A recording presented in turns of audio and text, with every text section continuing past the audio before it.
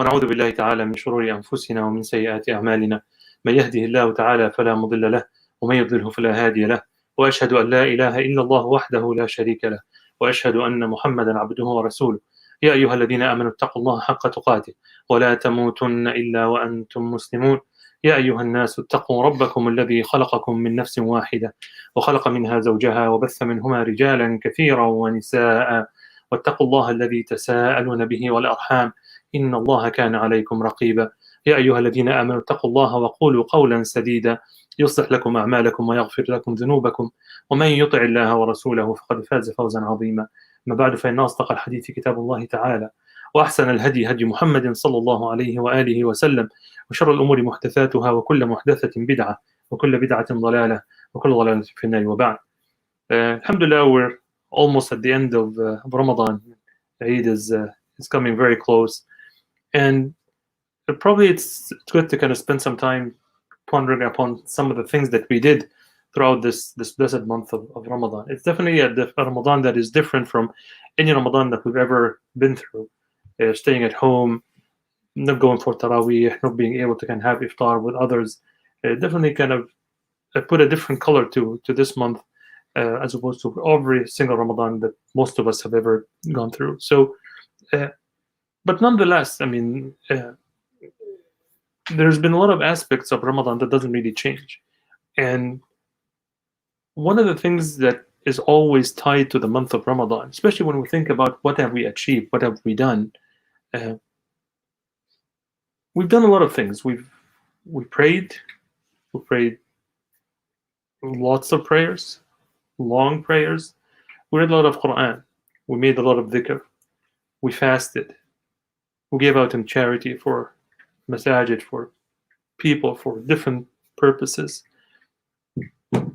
We were happy. Yes, we're confined, we're in quarantine, we're at home, but there's lots of happiness, lots of joy that is going on, even though with the current situation, and it would be really good to maybe maintain that happiness, continue to be happy, to continue to have that same feelings of joy throughout the year and not just in the month of Ramadan. And it's important to understand why did we have those feelings of joy. When Allah subhanahu wa ta'ala talked about, introduced fasting for us in Surah Al-Baqarah, Allah subhanahu wa ta'ala said, يا أيها الذين آمنوا كتب عليكم الصيام كما كتب على الذين من قبلكم لعلكم تتقون.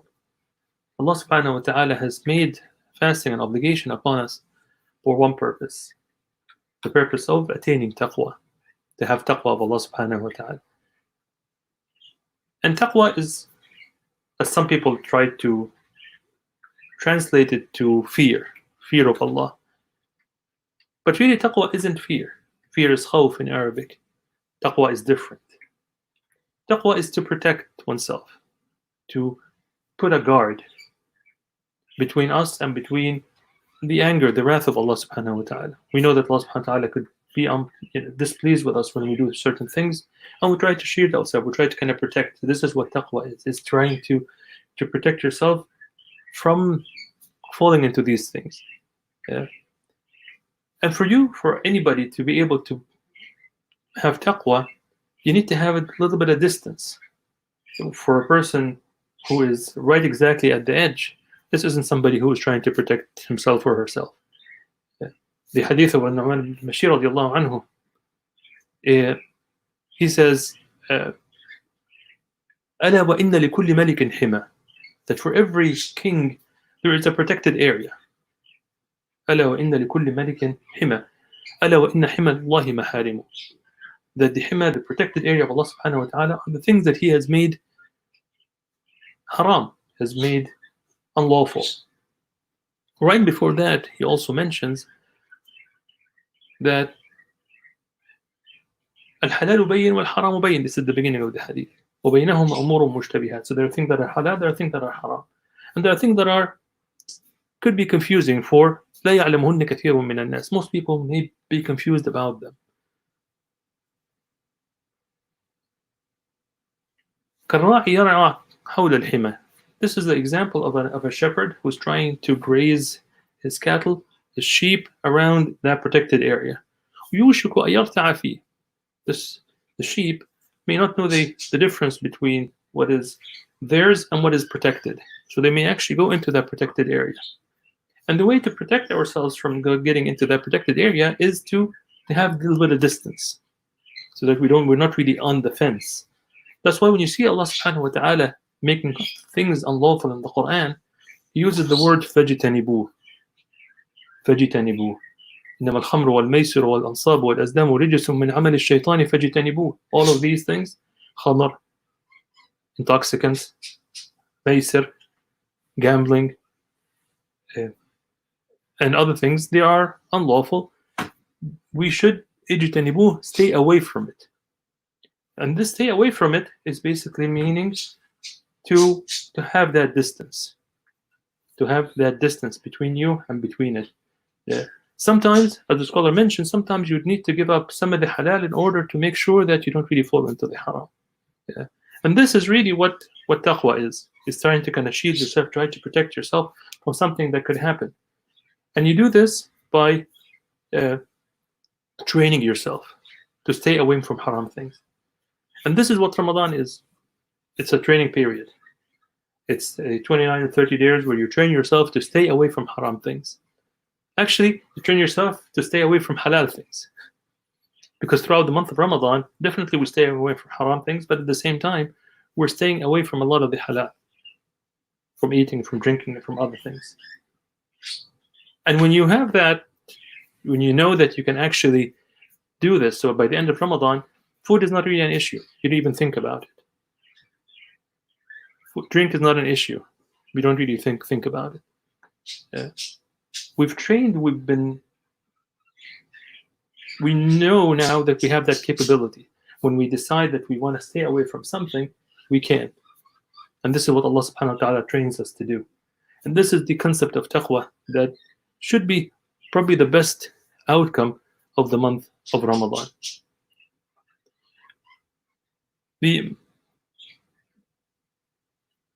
And to understand why that is the case, when we know that Allah subhanahu wa ta'ala also mentions in the Quran that مَن يَعْمَلْ سُوءًا يُجْزَ بِهِ, that whoever does a bad deed, Allah subhanahu wa ta'ala will punish him for it, whether in this dunya or in the hereafter.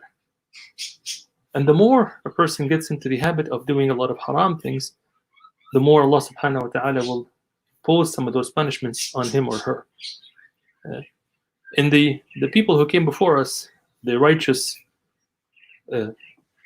forefathers, if you will, of us, the Sahaba and the Tabi'een and the people who came after them, used to be able to know if something bad happens to them, why that happened. Because they used to count their sins. If something happened to me, oh, I remember like 3 weeks ago, I did this to this person, I spoke really badly to him, I made some ghiba, I kind of mocked someone, and because of that, Allah subhanahu wa ta'ala did that to me. They used to be able to count their sins. Unfortunately, we can't count because there are numerous, so it's kind of hard for us to kind of do the same. But they used to be able to do that. And for those of us who want to do it, they can actually do that. You can see what have I done in the last week or in the last month, and then when you correlate that with things that happen to you, you'll see that there is a correlation between bad things that happen and between and sins that a person does, whether it's speaking, misspeaking to one's parents, whether it's some other harm thing that a person does, whether it's some unlawful money that a person gets, many different things, whether it's a lie. And then you see that manifests in things that happen to the person on a daily basis. When you spend that month of Ramadan trying to stay away from those haram things, and not just that, you're also trying to clear the sins that you made by doing a lot of good stuff, by fasting, by praying, by reading the Quran, by making dhikr, by giving out to charity, which, as the Prophet Muhammad mentions in the hadith, the very famous hadith, أرأيت لو أن باب أحدكم نهرا,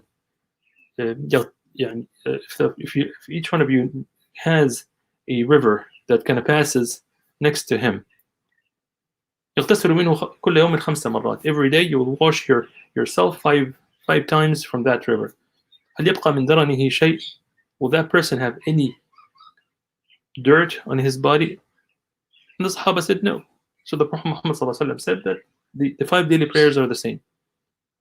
كذلك صلوات الخمس يمحو الله بهن الخطايا. The 5 daily prayers, Allah subhanahu wa ta'ala wipe a person's sins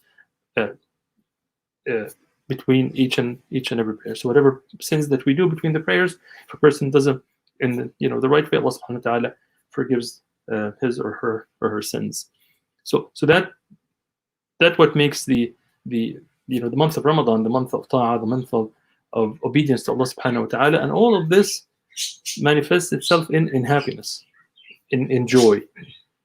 The joy of ta'ah, the obedience always gives joy to the heart.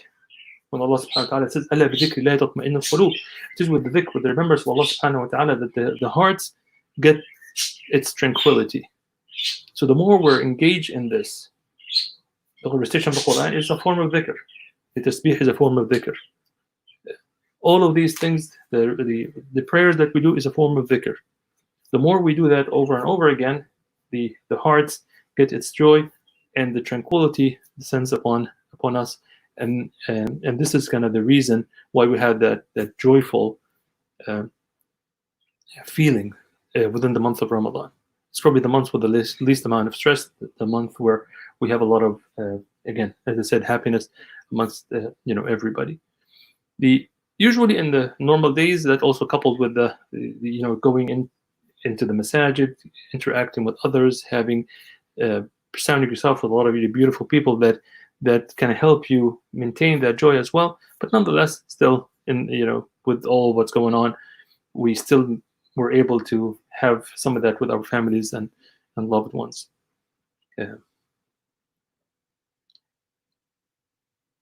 The question is, then what is next? What should we do? We should try to maintain this. We should try to maintain that happiness. We should try to maintain that joy that we had. And maintaining this is by continuing on the same path that we were in the month of Ramadan. The month of Ramadan is, as I said, is a training period. It gets us ready to be able to face the rest of the year. You recharge, you rebuild your iman, you rebuild certain habits that you want to go with, that you want to exercise throughout the year to maintain that level of happiness, or at least a level of happiness that is close to it. أقول قولي هذا وأستغفر الله لي ولكم.